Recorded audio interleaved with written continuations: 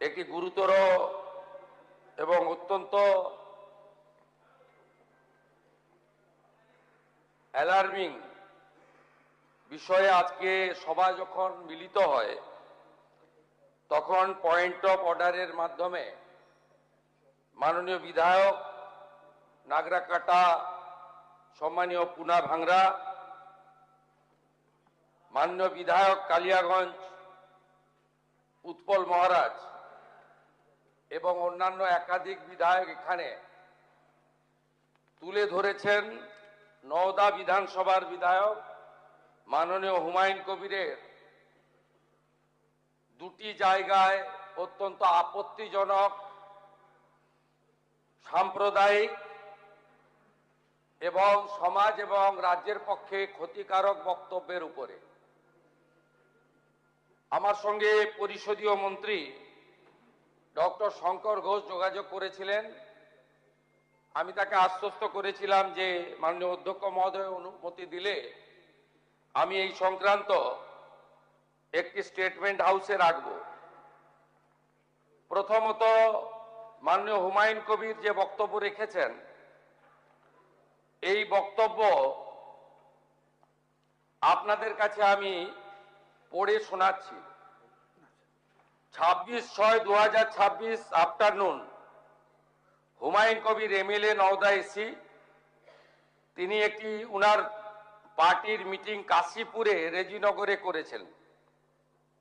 সেখানে তিনি বলছেন, এই যে অনামিকা ঘোষ, সে ভোটে হেরে মনে করছে আমি এমএলএ, এখানে ভোটে হেরে বিজেপি মনে করছে আমি এমএলএ, এখানে এখন আস্ফালন করে বেড়াচ্ছে। তা আমি শুভেন্দু অধিকারীকে সেদিন বলেছি যে আপনি ভোটে জিতেছেন, আপনার দল জিতেছে, খুব ভালো কথা, কিন্তু মুর্শিদাবাদে আস্ফালনটা একটু কম করবেন। আমি যেদিন ময়দানে মুসলমানদের নিয়ে নেমে যাব না, সেদিন এমন ছাটা ভাগা মার শুরু করবে যে আপনাদের পতাকা বহন করার লোক থাকবে না। কেস এরকম, কেস আমাদের বহরমপুরে জেল খাটা আছে। 5000 লোককে আপনি বহরমপুর সেন্ট্রাল জেলের যা আয়তন, তাতে 4700 বা 4800-র বেশি লোক ধরে না।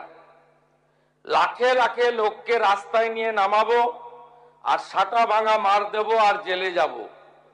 কদিন জেলে আটকে রাখতে পারবেন, কত খাওয়াতে পারবেন দেখব। লিমিট যেদিন ক্রস হয়ে যায় না, মাথাটা যেদিন গরম হয়ে যায়, সেদিন আমি এসপি বুঝবো না, চিফ মিনিস্টারে বুঝবো না, আর কে কোথায় থাকলো আর কে কোথায় থাকলো না ওসব বুঝবো না। আমি নিজেই নেতৃত্ব দিয়ে দাঁড়াবো। এটা একটা ইনসিডেন্ট 1। ইনসিডেন্ট 2, শক্তিপুরে দুয়ারা ঘাটে 8 তারিখে, সেখানে উনি বলছেন ভোটের আগের দিন আমার নিজের ভাইপোকে অ্যারেস্ট করেছে এই ওসি। এই আমি তো ভাষা বলতে পারবো না। এই বাচ্চাকে আগে দেখব, তারপরে ভাষাটা আমি অমিট করছি। এই বাচ্চাকে এমন শিক্ষা দেব, এর বাবা 14 গোষ্ঠীর নাম ভুলিয়ে দেব। এ লালগোলাতে 500 মুসলমানের লাইফ শেষ করে দিয়ে এসেছে। সত্যভাবে বলবো, এই ওসিকে এখান থেকে সরানো শুধু না, একেবারে অকেজো পোস্টিং দিতে হবে। যদি না দেয় 10,000 লোক নিয়ে থানা ঘিরে একে কলার ধরে থানা থেকে বার করব, পারলে আমাকে রুখে নেবেন। এই দুটো ইনসিডেন্টের পরে আমার মনে হয়েছে যে এনাফি জানাব, সময় এসেছে এই ধরনের লোককে সবক শেখানোর। আপনাকে আমি পরিষ্কার বলছি, মমতা ব্যানার্জি মুখ্যমন্ত্রী নন। আপনি দুর্বল মুখ্যমন্ত্রী পেয়ে যা খুশি করেছেন, যা খুশি বলেছেন। আমি আপনাকে বলে গেলাম, আমরা দুটো এফআইআর স্টার্ট করেছি। Rejinagar PS case number 219-226, dated 26/6/2026। Under section 152, 192, 196, 197, 224, 299, 351 within bracket 2, 352, 353 of the ভারতীয় ন্যায় সংহিতা। ইনসিডেন্ট নাম্বার 2 তেও আমরা শক্তিপুর পিএসএ 176/226 আরেকটা কেস ইস্যু করেছি। সেই কেসেও আমরা ভারতীয় ন্যায় সংহিতার সমস্ত সেকশন লাগিয়েছি এবং আমি আপনাদেরকে অ্যাসিওর করছি এত বড় ক্ষমতা আপনাকে কেউ দেয়নি। আপনি মুখে যেগুলো বলেছেন, আপনাকে আমি বলে গেলাম, আপনি কেন করছেন আমি জানি, আপনি কেন করছেন রাজনৈতিক কারণটা আমি জানি। আপনার এজেন্ডা 2 ছিল। 1 এজেন্ডা ভরতপুর, রেজিনগর, নওদায় সব নির্বাচিত পঞ্চায়েত যে দলেরই হোক ভেঙে আপনার পার্টিতে নিয়ে যাওয়া। আপনি সেটা করতে পারছেন না।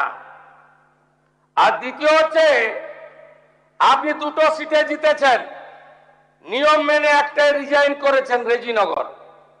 আগামী 2-3 মাসের মধ্যে উপনির্বাচন হবে, আপনি আপনার ছেলেকে জেতাতে চাইছেন। 72% মুসলিম আছে, মুসলিম ভোটকে কনসলিডেট করার জন্য আপনি এই খেলাটা খেলছেন। আপনি কান খুলে শুনে রাখুন, আপনাকে এইভাবে ধমক হুমকি বেপরোয়া লাগাম ছাড়া কথা বলতে দেব না, দেব না, দেব না। আপনাকে আমি শুধু 3টে উদাহরণ দিলাম।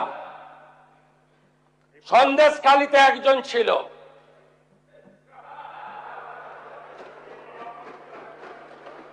2024 1 জানুয়ারি বলেছিল তৎকালীন বিরোধী দলনেতা এলে তার হাত কেটে পায়ে, পা কেটে হাতে লাগাবে আর চামড়া ছাড়িয়ে মেদিনীপুরে পাঠিয়ে দেবে।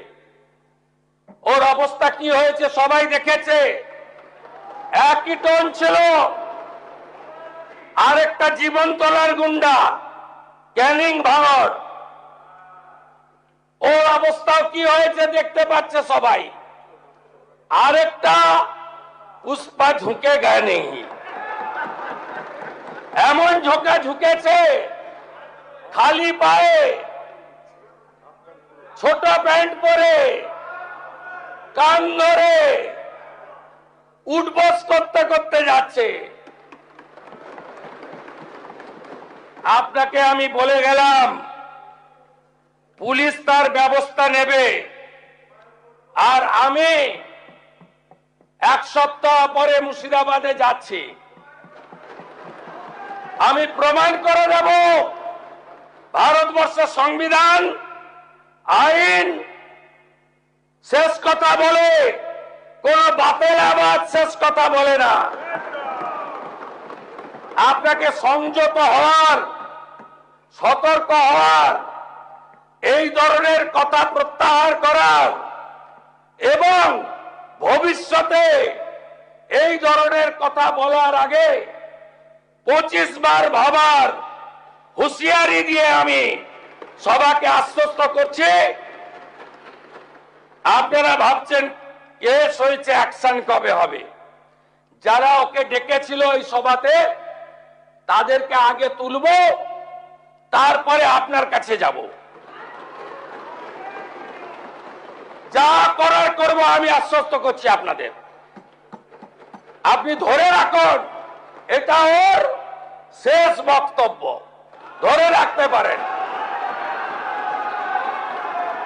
এ সরকার আইনের শাসন প্রতিষ্ঠা করবে, গুন্ডাদের শাসন সমাপ্ত করবে, নিশ্চিন্ত থাকুন। সবাই ভালো থাকবেন, ধন্যবাদ।